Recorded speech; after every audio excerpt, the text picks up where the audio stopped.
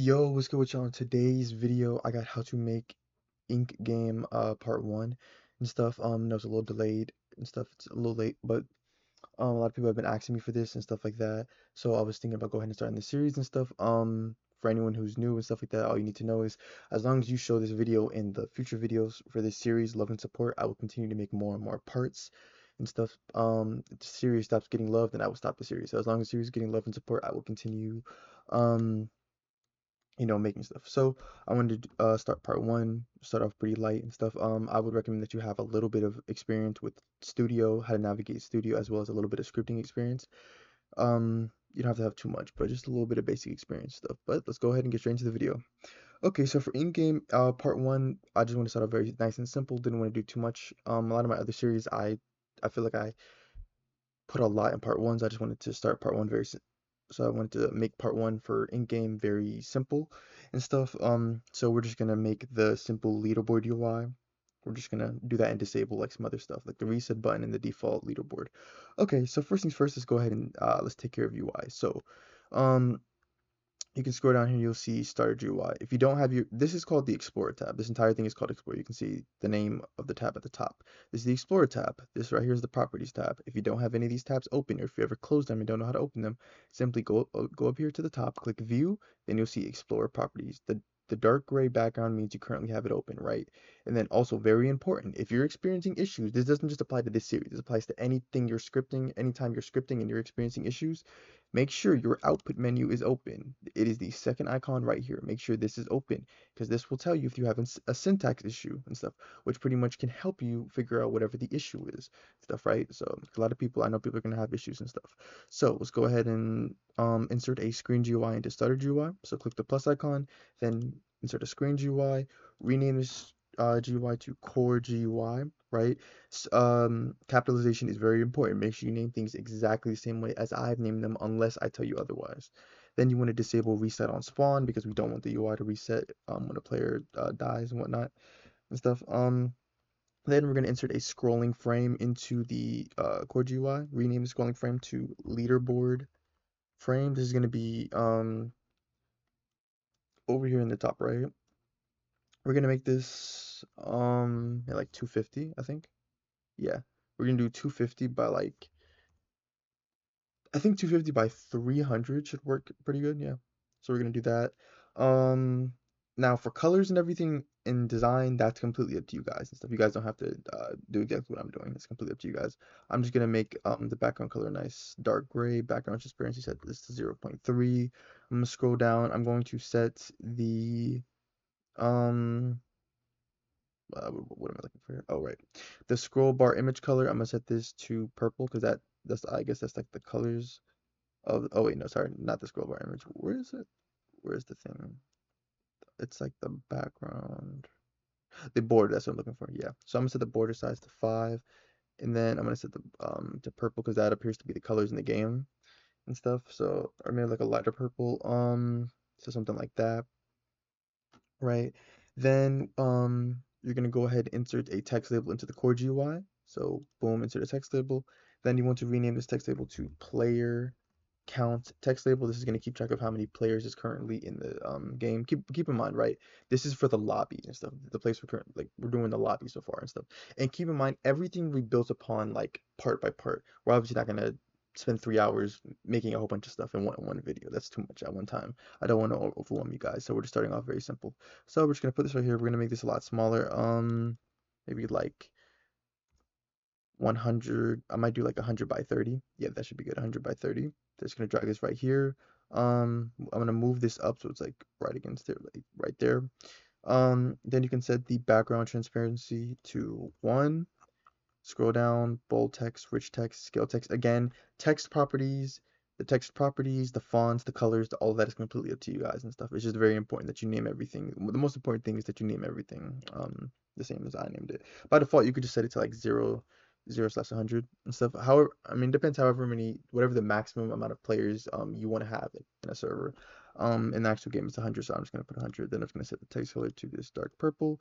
Text stroke color will be set to black, and the text stroke transparency will be set to 0. And then inside of the leaderboard frame, we're going to insert a UI grid layout. So plus icon, then type UI G, and then you'll see UI grid layout.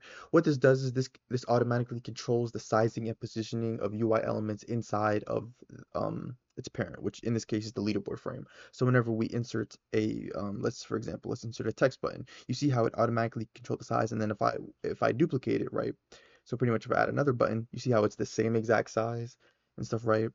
It pretty much controls that, right? So we don't have to do that manually. So then we can just delete those. I was just wanted to show that as an example. Now you guys can set the size and padding. Padding is pretty much the distance between each UI element. So in this case, the distance between each text label and stuff. The size is clearly the size of each UI element and stuff. You guys can set this stuff to whatever you want. You can mess around with this to get whatever your desired outcome is. I'm gonna put 233 0 by 233 by 0 by 55. I'm gonna set the size to this, right? Then I'm going to insert a frame into the leaderboard frame. Boom. Right, so we have a frame. You can see it's automatically scales it and everything.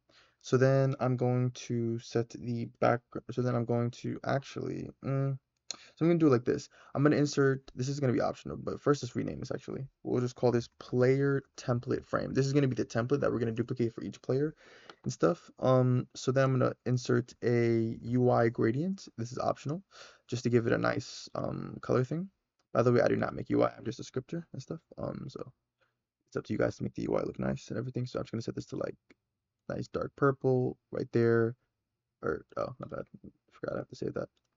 Then I'm gonna go right here to the end, this to black. Then okay, that's actually like mad dark actually. Hold on. Let's do something like that. And then let me make this a lighter purple. Let me make this a lighter purple. That's pink, so um that's something like that's better, yeah. Okay. So yeah, so have the color like that, right?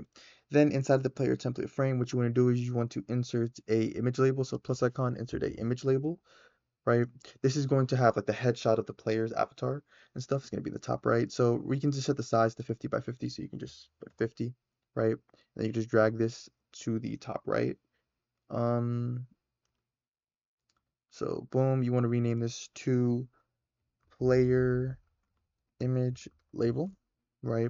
You do want to set the background transparency to 1, right? And then just this is the default image and stuff. It'll be replaced by with the player's image, right? I do want to note, so if you do start a test server with test players, like if you do this and then you click start, so that you try to simulate like an actual server with test players and stuff, they will not have icons because they're not considered actual Roblox players and stuff. Now, if you test by yourself like the regular way, like this, or team test with people, then it'll work just fine and stuff. But yeah, so then we're gonna insert a text label into the player template frame. So let's insert a text label, right? Now this is going to be the player's username. So we're just going to say user, we're going to say username, we're going to call this username text label. Again, make sure you're spelling everything exactly as I'm spelling it. Capitalization does matter. Then we're going to change the sizing. So we're going to make this like maybe 30. We're going to do like, I think 100 by 30. But that might be kind of, but then at the same time, I'm thinking that might be kind of small for a username. So maybe like 150. Might do like 150. Yeah, like 150 should work just fine. Then I'll put it right here. We'll set the background transparency to 1. Scroll down, bold text, rich text, scale the text. Text color will be set to nice dark purple. Text stroke color will be black. Text stroke transparency will be set to 0. By default, we can set the text to insert name because that's where the name will go, right? So boom, and then the last thing we need to do is just insert a text label into the player template frame. This is going to be our wins count. So you can just call this wins. Your name is wins text label. Again, that is plural, wins with an S, right? And then you could just set this to like maybe 25 by 25. So yeah, something like that, because we want it to be like in the top left corner, right? And then if it's not already in the top left, just drag it over to the top left. So then bold text, rich text, scale the text. By default, you can set the text to 0 and stuff. This is going to be how many wins the player currently has. Then I'm going to set the text to like a nice orange, right? Text stroke color will be black. Text stroke transparency will be set to 0. And then you could just set the background transparency to 1. And then boom, okay, we have our template frame. Let me just double check to make sure. Okay, we're good. So we have our template frame. It's going to look real nice. and everything. So once you're done with your template frame, you then want to drag it over to replicated storage, right? So just go up and then you'll see replicated storage, just put it inside of that, right? Because we want to be able to clone this and then we'll parent it to the leaderboard frame, right? So just like that, we are done with the UI. Now let's go ahead and create a remote event. So hit the plus icon, replicate storage, remote event, rename this remote event to core event. If you don't know, remote events is how we communicate between the server and the client. The server is obviously I think they're kind of self-explanatory. The server side of the game, right? There are two sides of the game, the server and the client. The client is referring to this like the player's experience, what the player is seeing. The server is like what is all happening on like the server side, like what is all being controlled by like I guess the automated computer side, I guess if that's how you want to phrase it. I think server side is pretty self-explanatory. Client is the only thing that confuses people, but yeah, client is pretty much like certain things you see yourself. Like server side, for example, is like if there's an event going on where it's like oh, a meteor is about to strike or something like that, the entire server is probably seeing that. However, if you get a notification that your friend has joined the game, that is a client-side thing because only you saw that, or anyone else in the game who's friends with that person saw that. But yeah, okay. So moving on, we're then going to get to the scripting part. So open up starter player, then starter player scripts. You're gonna click the plus icon, insert a local script. You then want to rename the script to core script. In parentheses, put local. So local is another word for client side and stuff, by the way. So delete print hello world. Then we're going to create some variables. Variables are the things that the word local and then what it follows after is the name of the variable. So we're just going to say local oh my bad, I don't know why I can't spell.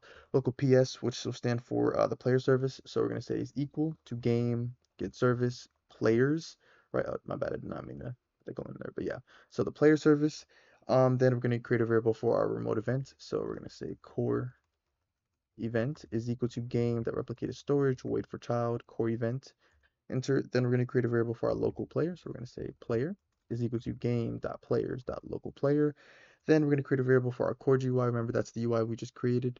So we're going to say core GUI is equal to player.player GUI, wait for child, core GUI. Keep in mind that is lowercase UI. The capital UI, that's my naming scheme. Roblox usually does this and stuff like that. Roblox has like this. This is just my naming scheme.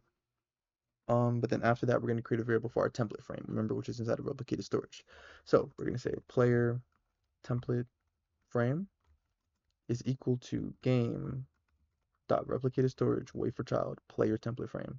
Now we've created all our variables. We're going to set up our functions. We're then going to say core event, right? Dot on client event connect function in parentheses put event type, so it'll just be the name of the event. Press enter. Then you would say if event type, we use an if statement. If event type is equal to, that's two equal signs, is equal to join capital J. Press enter. So this event it'll fire from the server whenever a player joins the game because we need to make sure that they've loaded in and everything. Once they've loaded in, we'll then start setting up their UI. So first things first, we want to disable a few things. One, we want to disable the default player list since we have a custom leaderboard. Two, we want to disable the reset button because we don't want players to be able to manually reset. So we're gonna say game get service, then quotation marks, you're going to put starter GUI, go on the outside, you're going to put a colon, you're going to say set core GUI enabled, then you're going to say in quotation marks, this is very important, make sure you type this exactly as I'm typing it, capitalization does matter. You're going to say sorry, that's actually the next one, my bad, actually next one, delete the quotation marks. You're going to say enum dot core GUI type dot player list, comma, false, right? Then go to the next line, and then now it actually matters. So you're going to say game get service, starter GUI again, then colon. Then for this, you're going to say set core this time. Now in quotation marks, you need to pay attention. So you're going to say reset button callback. So capital R, capital B for button, capital C, call, and then lowercase b for back, right? So you're going to say that, and then you're going to put a comma and then false, right? So you're going to disable those two. Then after that, we're going to use the for loop to get all of the players inside of the server, and then we're going to create a frame for each individual player. So we're going to say for I comma v in I pairs, and then you're going to say game.players colon get players, go on the outside, press enter. Then you're going to say if not. We're going to use an if statement. We don't want any duplicates and stuff. We don't want to accidentally have like two frames for the same player. So we're going to check first. We're going to say if not core GUI.leaderboard frame find first child v.name quotation marks frame enter. So pretty much if we can't find a frame that's named the player's username and then with the word frame, then that means they don't currently have one, which means we need to create one. So then we're going to create a variable. So player frame, we're gonna duplicate, or not duplicate, clone our template frame. So player template frame, clone, so colon, then clone, right? Then after that, we're going to set some properties. We're going to say player frame dot name is equal to v dot name. If you're confused, v is the player's instance, right? Not the specific players. It's getting all the players in the current server. So this specific player's instance. Then you're going to say dot dot dot quotation marks frame. That's the name we're going with. Enter. Then you start setting the stuff. You say player frame dot player image label dot image is equal to ps, which is the player service, ps colon, then you'll say get user thumbnail async, right? Then you will say v dot user id comma enum dot thumbnail type dot headshot comma enum dot thumbnail size dot size 48 by 48, right? Then you'll go to the next line and you will say player frame dot wins text label dot text is equal to v dot stats folder, which is what we're going to create on the server side. It's going to contain all the player stats dot wins dot value. Then we're going to say player frame dot username text label dot text is equal to v dot name. Then after that, we're going to say player frame dot parent. We're then going to parent it. We're going to say is equal to core GUI dot leaderboard frame. Then you're going to skip two ends, and then once we're done with all of that, we're then going to get the total number of players in the server. So we're going to say core GUI dot player count text label dot text is equal to number sign. This indicates that you're trying to get the total number of whatever it is you're about to get. So then we're going to say game dot players colon get players, right? This means it'll get us the total amount of players. Then dot dot dot quotation marks slash, and then you're just gonna say out of whatever your maximum amount is. So I'm just gonna say 100, right? Then we're done with that first function, right? Now, let's say the player has joined the game, right? We then also need to handle when new players have joined the game, like have joined the game after you. Because keep in mind, all this does is add frames for the players that are currently in the game once the player joined. We need to also consider the fact that other players are going to join after that player has joined, right? So then we're going to say ps.player added connect function in parentheses, put PLR, which is short for the player who joined the game. Press enter, right? Then we're going to say actually, literally the same thing. So we're gonna do a lot of copying and pasting. So you're just gonna go right back up here. You're just gonna select the if from the if statements all the way if to the first end. Boom. You're gonna do that. Copy that. Go right here. Paste that. Pay very close attention. As you can see, we have errors. These red squiggly lines underneath something that indicates you have an error. That indicates you have an error right there, right? So we do need to change this information, right? So the if statement remains the same. We, clone over the player template frame. What changes is all you're gonna do, right? Very simple. All you need to do is replace the V's with player, PLR, which is what we're gonna say is player. Do not, and I mean do not accidentally do this. Do not do that. Remember, player. This refers to the specific player that the code is currently running on, right? Now this right here is the specific player who just joined the game for this specific functions. Okay, so make sure you're doing the right player. So this one, right? And then you're just gonna replace all those v dot names with PLR. So PLR, because I know people could get very confused by that. So just make sure it's PLR and not the player actually spelled out, right? So then once we're done with that, we also need this, by the way, the player count. We need to update the player count. So just copy that, go after the if statement, enter, and then just paste. So update the player count. Now we've handled players that have joined after our player has already joined, right? But what about players who have left after our player has already joined? So we need to handle that. So we're then going to create the opposite function. We're going to say ps.player removing connect function in parentheses, put PLR, same thing, player stands for the player who left the game, press enter. This is a lot shorter, so with this, you're just simply going to say if, instead of not, because keep in mind, not means like you cannot find this, but this time we want to see if we can find this, because if we can't find this, we want to destroy it, right? So we want to say if core GUI dot leaderboard frame find first child player dot name dot dot dot quotation marks frame, right? Go on the outside, press enter. And then you're going to create a variable for our player frame because that means we found it. So then player frame is equal to, then you can just copy and paste this part right here. So everything from core GUI to the end parenthesis, copy, go right here, paste, right? Then press enter, and then you're just gonna say destroy, because that means you found it. And please make sure you're referencing the right one. Make sure it's player frame and not player template frame. Please do not accidentally destroy the player template frame. Then after that, we want to, of course, same thing, we want to update the player count. So select this, copy, paste, or just Control C and then Control V. All right, we're done with the local script. Now we can move on to the server script. Okay, so find server script service, scroll up if you don't see it, click the plus icon, insert a server script. This white script indicates it's a server script. So rename the script to core script, in parentheses, put server, right? Delete print hello world. We're going to create one variable for the remote event. So core event, we're going to spend like 2 seconds here and stuff. Most of the stuff will be added on like in later parts. So we're going to say is equal to game, the replicated storage, wait for child, core event, right? Then you're going to say game.players.play added, just like we did before in the local script. Player added, connect function, in parentheses, put PLR, which is short for the player who joined the game, press enter. We're now going to create the stats folder as well as the stats like win, like the amount of wins the player currently has, as well as their level. So we're going to create a stats folder. So is equal to instance.new folder. Then we're going to say stats folder.name is equal to stats folder, or my bad, not dot value, dot parent is equal to player. Then we're going to create our value. So then we're going to say wins is equal to instance.new, in quotation marks, number value, right? Wins name is equal to wins dot value should default to be set to 0. Wins dot parent, we parent it to the stats folder, right? Enter, then we need to create number value for level. So we'll say level is equal to instance.new, number value. Then we'll say level.name is equal to level.value. Now, this kind of differs depending on whatever kind of game you're trying to make. Some people may do 0, some people may do 1. I'm going to do 1. So it's equal to 1. It's up to you though. Level.parent is equal to stats folder, right? Then lastly, what you're going to do is skip a line, and then you're just going to say core events, fire client. Very important. Make sure you do not do fire all client, just fire client. Then in quotation mark, sorry, then you're just going to reference the specific player, comma, quotation marks, joined, capital J, right? Which is then going to trigger this function. It's going to see, oh, okay, the joined event, then it'll trigger all of this code right here, right? So now we can go ahead and test this. Now look, so if we go ahead and hit play, right? By the way, if you guys want access to any one of my scripts or models, just read the description and you can find out how to gain access to any one of those, this included.